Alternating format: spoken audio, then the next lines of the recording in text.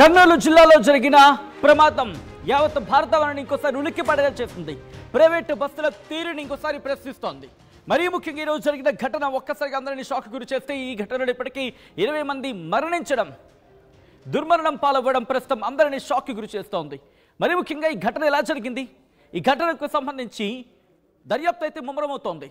కానీ ప్రమాదాలకి కారణాలు ఏంటి, ప్రమాదానికి ప్రముఖంగా వినిపిస్తున్న కారణాలు ఏంటి, దీనికి సంబంధించి డీటెయిల్గా మనం మాట్లాడుకోబోతున్నాం. ఒకవేళ మీరో నేను మన గనక బస్సులో ఉంటే ఎలా ఉంటుందో ఒక్కసారి ఊహించుకోండి. ఒళ్ళు గగురుపాటు గురవుతుంది కదా. సో ఈ నేపథ్యంలో జరిగిన ఘటనకు సంబంధించి point to point from the beginning నుంచి మనం మాట్లాడుకోబోతున్నాం. మరీ ముఖ్యంగా హాస్పిటల్కి చేర్చినంత వరకు దానికి సంబంధించిన బిగ్ బ్రేకింగ్ న్యూస్తో ముందుకు వచ్చేస్తుంది RTV. Here it is on the screens of RTV. Bus ప్రమాదానికి సంబంధించిన బిగ్ బ్రేకింగ్ న్యూస్ చూస్తున్నారు. బస్సు ప్రమాదంపై దర్యాప్తు ముమ్మరమవుతోంది. ఈ నేపథ్యంలోనే ఇటు ప్రమాదానికి గల కారణాలకు సంబంధించి ఆ కారణాలపై విచారణ జరుగుతోంది. ప్రమాదానికి ప్రధానంగా 7 కారణాలు ఇక్కడ వినిపిస్తున్నాయి. మొదటిది బస్సును బైక్ను ఢీకొట్టడం, రెండోది బస్సు బైక్ను ఈడ్చుకు వెళ్ళడం, ఆ తర్వాత 3వ పాయింట్ ఫ్యూయల్ ట్యాంకులో మంటలు రావడం, ఇక్కడి నుంచి 4వది ప్రమాద తీవ్రతను డ్రైవర్ అంచనా వేయకపోవడం, ఇక 5వది మంటల్ని ఆర్పేందుకు విఫలం అవ్వడం, 6వది ప్రయాణికులని అలర్ట్ చేయకపోవడం, ఇక ఆఖరిది 7వది ప్రధానంగా ప్రయాణికులు తప్పించుకునే అవకాశం లేకపోవడం. వీటికి సంబంధించి మనం పాయింట్ టు పాయింట్ మాట్లాడుకోబోతున్నాం.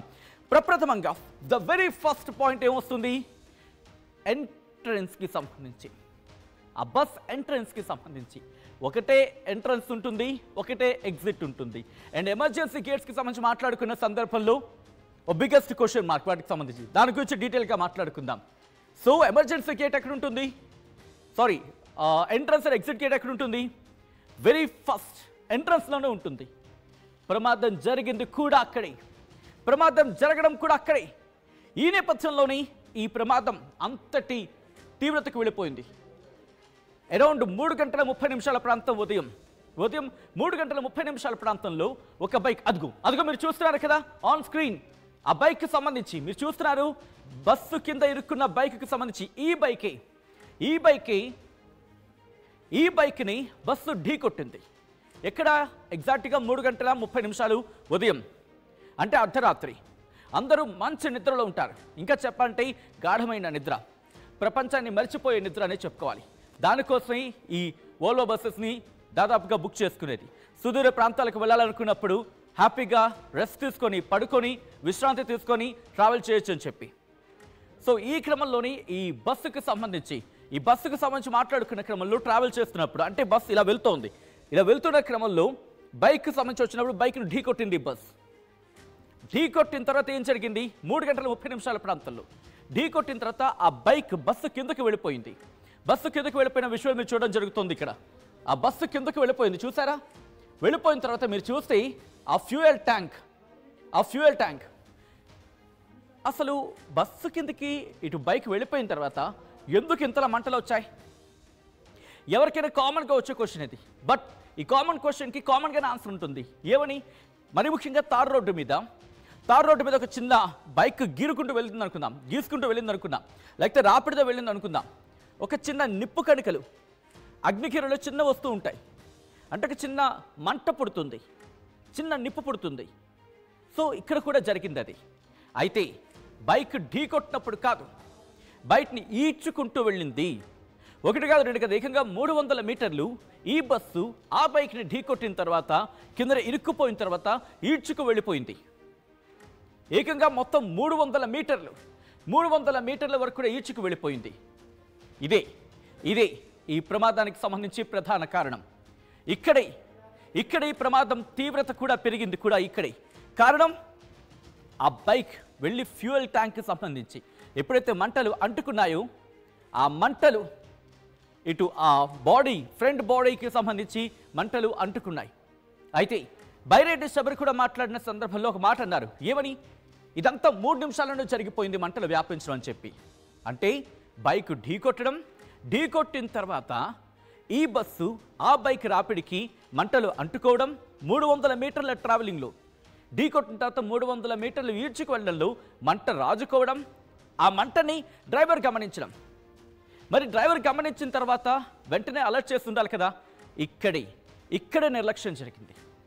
ఎందుకు నేను నిర్లక్ష్యం పెద్ద మాటను ఇక్కడ వాడుతున్నానంటే, డ్రైవర్ ఎప్పుడైతే మంటలకు సంబంధించి అంటుకుని ఆయన తెలిసిందో వెంటనే ఆ బండి దిగిపోయాడు. బస్సు దిగి ఆ మంటని వాటర్ బాటిల్తో ఆపే ప్రయత్నం చేశాడట.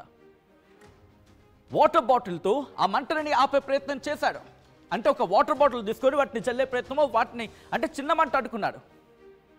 సో ఆ బండి దిగి ఎప్పుడైతే మంటలు అంటుకున్నాయో వెంటనే కిందకి దిగి ఆ మంటను ఆర్పే ప్రయత్నం చేయడం ఆయన చేసిన ప్రప్రథమైన తప్పు.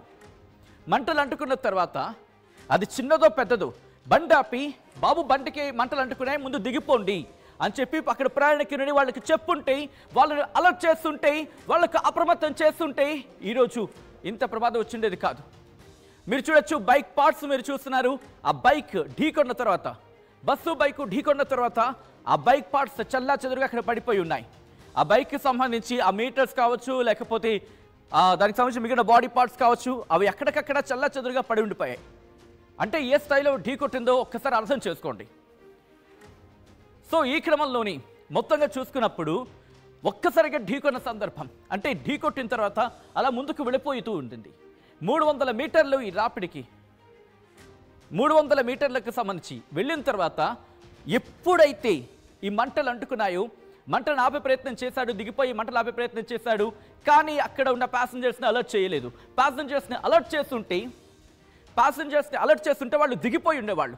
ఇదంతా మహా అయితే ఒక 2 నిమిషాలు అందరూ దిగిపోయేవారు. అంటే 3 నిమిషాల సమయం అంటూ సవరే చెప్పుకొచ్చారు. అంటే 3 నిమిషాల్లో కరెక్ట్గా డ్రైవర్ కనుక అలర్ట్ అయ్యి వెంటనే ప్రయాణికుడు అప్రమత్తం చేస్తుంటే వాళ్ళలో అందరూ బతుకుండేవాళ్ళు. ఎందుకంటే ఎమర్జెన్సీ గేట్ దాదాపుగా ఉంటే వెనకాల ఉంటుంది, లేకపోతే ఈ అద్దాలు బద్దలు కొట్టుకునే దిగిపోయి ఉండేవాళ్ళు. సో ఎప్పుడైతే మంటలు వ్యాపించడం మొదలుపెట్టాయో పూర్తిగా ఎంట్రన్స్ గేట్ క్లోజ్ అయిపోయింది. ఎంట్రన్స్ గేట్ దగ్గర ఎక్కడ ఛాన్సెస్ లేవు, వాళ్ళు బయటకు వెళ్ళడానికి అవకాశం లేదు. బ్యాక్ ఎమర్జెన్సీ డోర్ ఉందా? Biggest question mark. ఎందుకంటే అక్కడ పరిస్థితి చూస్తుంటే మనకు క్లారిటీ ఏం రావట్లేదు. ఎమర్జెన్సీ డోర్ ఉన్న సిచ్యువేషన్లో కనిపించట్లేదు. బహుశా ఉండొచ్చు, ఉండకపోయి ఉండొచ్చు, బట్ వాళ్ళకి తెలియాలి కదా. సో ఇక్కడే ప్రమాదం జరిగింది. ఎందుకంటే ఇటు గ్లాస్ నుంచి దూకలేక, ఆ గ్లాసులు బద్దలు కొట్టుకొని దూకలేక, వాటిని బ్రేక్ చేసి వాటిని నుంచి తప్పించుకోలేక కొంతమంది దాంట్లో ఇరుక్కుపోయారు. మరికొంతమంది గాఢ నిద్రలో ఉండడం కారణంగా మరికొంతమంది ఆ బస్సులోనే ప్రాణాలు కోల్పోయారు.